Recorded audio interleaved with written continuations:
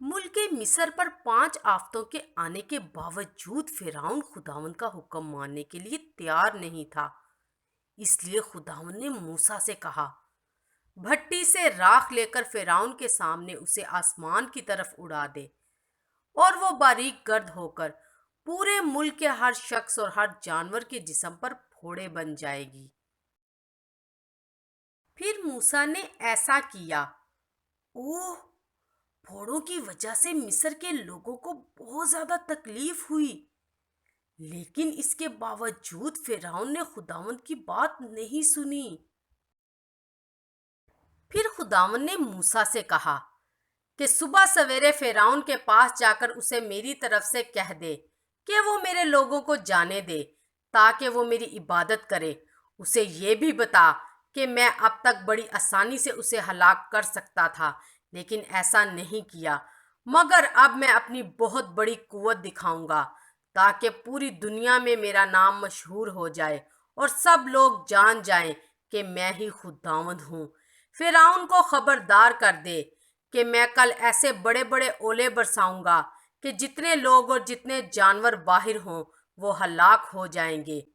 ये खबरदारी सुनकर कई लोगों ने इस पर अमल किया और अपने नौकरों और जानवरों को अंदर रखा, लेकिन बहुत सारे लोगों ने इस खबरदारी पर कान नहीं लगाया।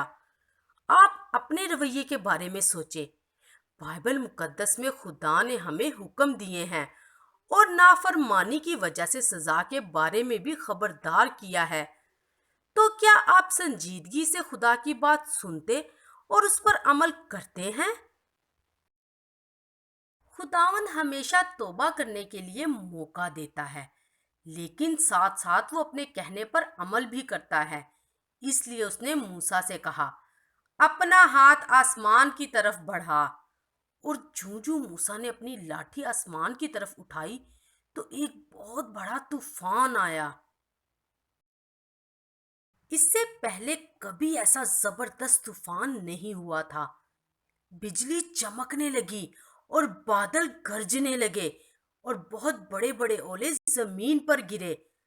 ओले इतने बड़े और भारी थे कि सारी फसलें और सब्जियां जो खेतों में थी बर्बाद हो गईं। आपके ख्याल में जिन लोगों ने खुदावंद की खबरदारी को नजरअंदाज किया, उनके साथ क्या हुआ? बड़े बड़े ओले उन पर गिरने लगे और वो सब मर गए।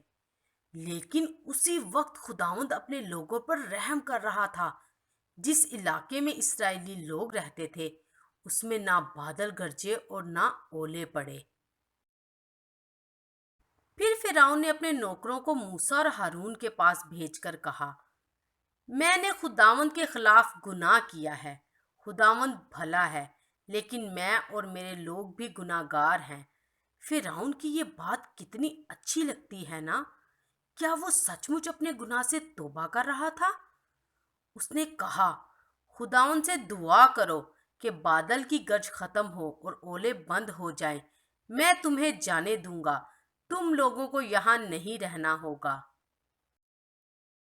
मूसा ने जवाब दिया, इस शहर से निकलते ही मैं खुदावंद की तरफ अपने हाथ फैलाऊंगा और फौरन बादल का गरजना और ओलों का पड़ना बंद हो जाएगा। फिर आपको पता होगा कि तमाम दुनिया खुदावंद की है। और ऐसा ही हुआ। लेकिन जब फिरौन ने देखा कि बादल, बारिश और ओले रुक गए, यानी बिल्कुल खत्म हो गए, तो उसने अपना गलत रवैया दोबारा अख्तियार किया। उसने सच्चे दिल से अपने गुनाह से तौबा नहीं की थी। उसके नौकरों ने भी खुदावंद का हुक्म नहीं माना और उन्होंने इसराइलियों को जाने नहीं दिया। खुदावंद को मजीद क्या करना पड़ेगा ताकि फिरौन और मिस्र के लोग उसकी बात माने?